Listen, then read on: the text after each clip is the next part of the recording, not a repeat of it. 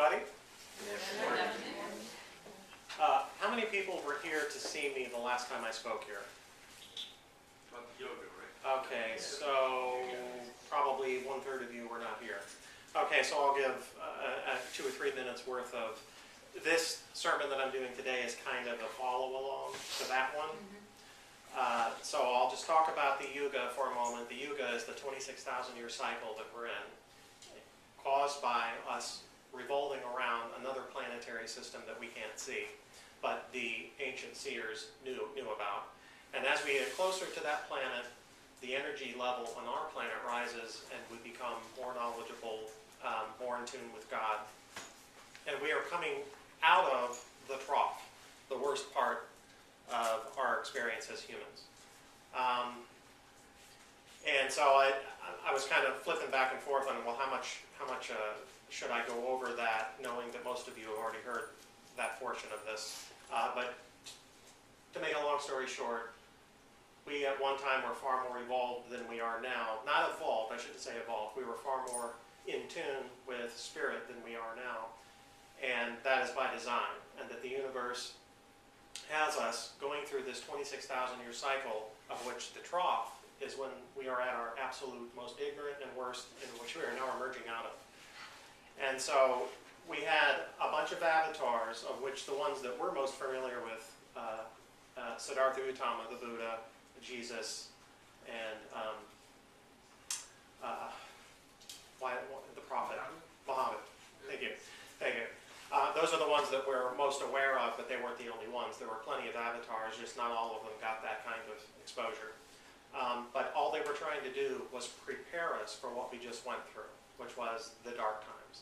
And they understood that during the golden times, which is when we're at the top of that cycle, there's no need for spirituality, there's no need for religion, there's no need for any codified system because we're already there. We just feel the connection with God instantly. When we wake up in the morning, we feel that connection. So we don't really need to do anything. They understood that it wasn't going to be that way as we went through the dark times. And so that there had to be some kind of code, something that people could believe in even if they couldn't feel it. And so you had Jesus is the one that we're most familiar with. Came and tried to show the people, if you want what I have, just do what I do, be like I am being. And that's what he was trying to do. And that provided, it wasn't his intention that a religion be formed around him, at least I don't feel like it, but that's in effect what happened. And you ended up with this codified system that allowed people to have something that they could believe in, some practices they could follow, and something to believe in that would get them through those dark times when they couldn't necessarily feel the connection to Source. And so they went through this awfully dark time. Well, we're now emerging from that. And people are becoming more and more awake. And as I said, right now we're still in kind of the 1090 era where only about 10% of people are awake or seeking to be awake. And we have about 90% that are kind of blundering along in life and just kind of experiencing life's experiences. Not that there's any waste in that. There's value in that. Okay, so that's basically the background that I wanted to give you before going into what I'm actually here to talk to you about, which is about this person, Adi Shankaracharya. Anybody ever heard of him? He existed in about the 8th century, and his idea was the same. It's just that his idea was more for India and those belief systems. Western man would not have gotten him. And so he wasn't really preaching to Western man, he was preaching to Eastern man. But basically, he wrote a treatise after joining the Swami order and yada yada and living that way for a number of years. He wrote a treatise called Self-Knowledge, which was a treatise on the absolute oneness of ultimate reality. And basically, what he was trying to teach is we are not separate from God. The God is within us, and that there's no need for us to go anywhere, practice anything, or believe any particular thing in order for us to have access to God. So that's basically what he was teaching. And so he wrote this. It's extremely short. It's only 68 verses. So it makes the New Testament look like, an encyclopedia.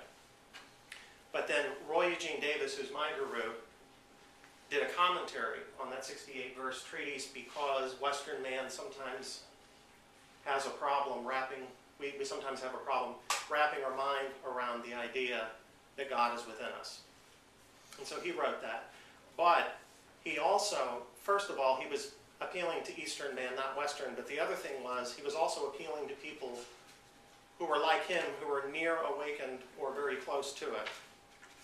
In the very first verse, he says, I am composing self-knowledge for those who have been purified by the practices of austerity, who are peaceful in heart, free from cravings, and fervently desirous of liberation. So right off the bat, what he was saying was this isn't for everybody. And he realized that there was an awful lot of people who were living in ignorance and who could read this beginning to end and not get a single verse of it. So he understood that. But he wanted to appeal to people, to the inner knowledge of people rather than the outer mundane knowledge that we have. Whereas he saw that a lot of the world religions were doing the opposite. They were appealing to the outer and promising wondrous things after your death and things like that. And he didn't want to appeal to that.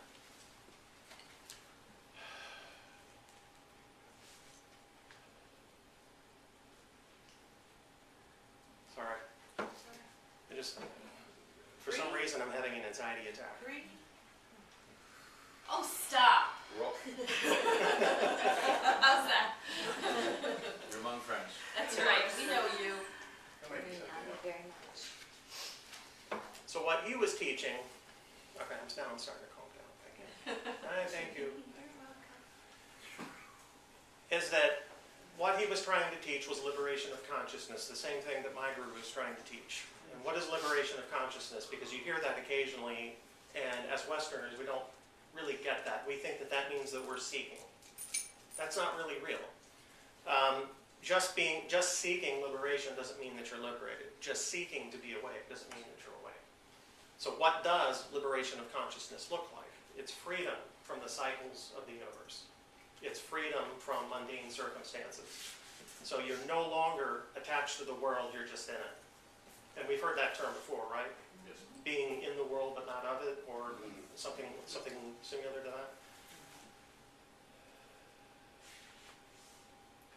that. And so what he wrote is, only because of ignorance that the self appears not to be finite. When ignorance is banished, the self, which is not to admit to any multiplicity, reveals itself, like the sun reveals itself when the cloud is removed. So what he was trying to teach is, divinity is already in us, and all we need to do is remove the clouds. Well, that's what liberation of consciousness is. And what does liberation of consciousness look like? Well, if we're we're in the Yuga, which is the universal 26,000-year cycle that we're in. That's one cycle. Then we're on a planet that has a solar cycle. And then we're on a planet that is surrounded by other planets, and all of those planets influence our mundane circumstances. And we're more or less bondaged to them, aren't we? When I remember years ago when I first started getting involved in astrology, I went and saw somebody who did the year's predictions, and it was based on astrology. And she said, don't resist, resistance is futile. Okay? And what she meant was, look, if you're going to have a Uranus transit, you're going to experience some bad stuff. It's just life. You get used to it. And I realized years later that I don't buy that. I buy that a lot of people that would happen to. That when they have a bad Uranus transit, Uranus is the plumber of the universe. When you have a bad transit Uranus, all the crap rises to the surface. That's why they call it the plumber of the universe. And it is there for necessary change. Usually the period afterward is much better. But while you're going through it, it seems like, oh my God, look what the world's throwing at me. I'm sitting here going to church every day and I'm praying every day and blah, blah, blah, and then all this happens. Well, that's a bad Uranus transit. Once you're liberated, you're no longer bound to that. Your life is whatever you want it to be. How many people consider themselves liberated at this moment? I do not consider myself liberated, and I can't be a judge of whether you are or not. So I'm not going to say, oh, well, you think you're liberated. Look at what you're going through. You're not liberated, but I have been in the presence of people that are, and it is a wonderful experience to be. If you go and visit, and by the way, this is Roy. I don't know if anybody's ever seen a picture of him. If you're in his presence, you know that he is liberated, that he is no longer subject to the whims of the universe. He founded the retreat that he's living on now in 1972. And he's been there ever since, never asked for a dime for anybody that goes there, never charged anything. I got this book for free. If you want this book, you can mail him a letter and he'll send it to you for free. Does he appreciate donations? Absolutely, and he'll put it out there. But he is the absolute example of the law of attraction. He puts it out there, he says, this retreat needs $500,000 a year to survive, and he just kind of puts it out there, and it comes his way. So he is no longer, if he was subject to the whims of the universe, wouldn't there be ups and downs with that retreat? Wouldn't there be times of hardship? Wouldn't there be times where they're worried about losing their property? Never. It's never happened. Fascinating. And I knew within the first 10 minutes of listening to a lecture, I went there, this happened back in 2004. And the reason I remember is the same year I bought my house. And my friend Marty Johnson wanted me to go, and she was willing to drive up there with her husband, and they were inviting me to go, and I said, well, I have no money. And they said, he doesn't charge anything. I said, really? Well, how does he keep the place running? Well, he accepts donations, obviously. He accepts donations. It's a church. It's a retreat. So I said, well, I won't be able to donate that much, and I'll feel bad about how much I'm donating. He said, they don't keep track of who donates what. So we went up there. The retreat is 2,500 feet above sea level. So the air is thin, but it's extremely quiet and peaceful. It's just like out in the middle of nowhere, and he just fell into that property. He didn't go looking for it. He just fell into it. And I knew within the first 10 minutes of him talking that I had found the guy I was looking for. Because, and it wasn't anything he said, because it wasn't anything in particular about what he was saying that I hadn't heard before. I had been reading his books, I'd been reading, so I already knew what he was going to say.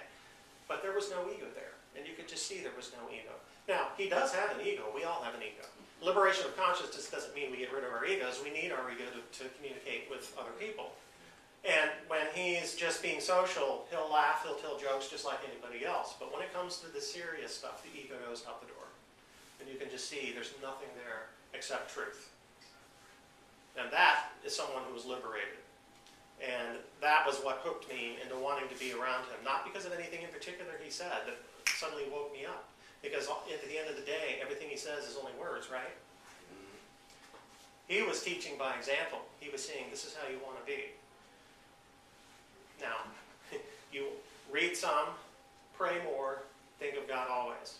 That's what he said. That's what, his name's hard to pronounce. Adi Shankaracharya, that's what he said. Pray a little, read a little, pray more, think of God always. Okay, this was completely different than the sermon I gave at the People's Church. I don't think any part of this was the same, so I must have changed this to match something that somebody in here needed to hear. So, sorry about the anxiety attack. That doesn't normally happen to me when I'm standing here. It normally happens when I'm sitting at my desk at work or something. And I'm thinking about this huge project, and I'm not going to be able to do it on time, and that's when I normally have an anxiety attack. All right, thank you for allowing me to speak, and I hope that something I've said has sparked something inside of you that makes you want to learn more. And enjoy the rest of your Sunday.